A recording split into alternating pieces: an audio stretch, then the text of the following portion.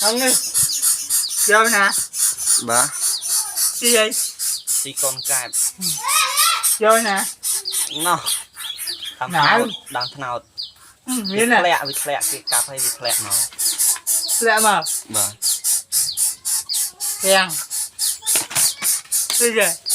Nhưng mà nè con cạp. Đây cho.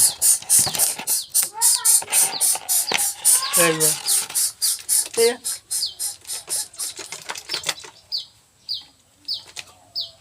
Chăm đó. Biết rồi. Tạ ơi.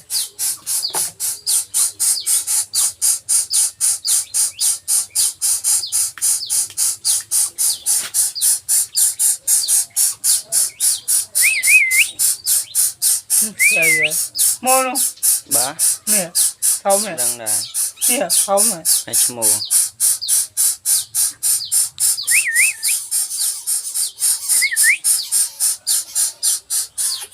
Dạ. Liền ạ. Cái gì?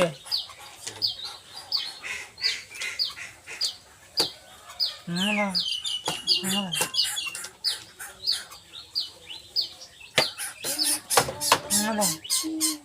album em con bông ê con bông ọt ọt ngầu tụt mà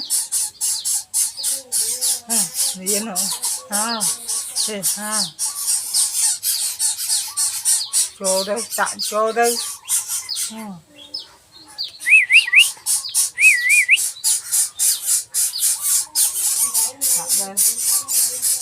thích mà ha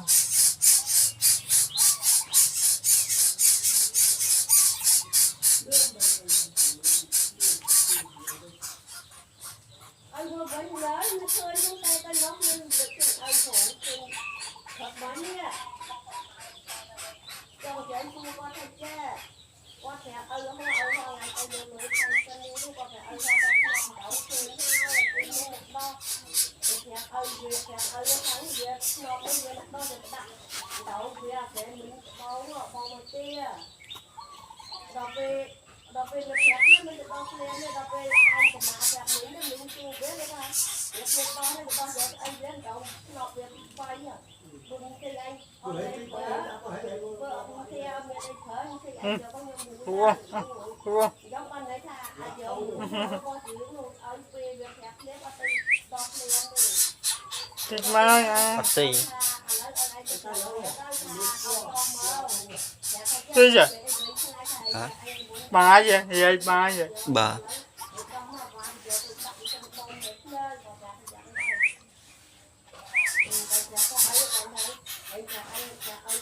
Thăm ắt gì?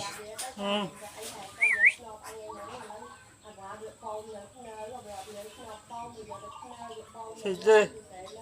Bà. Thích gì?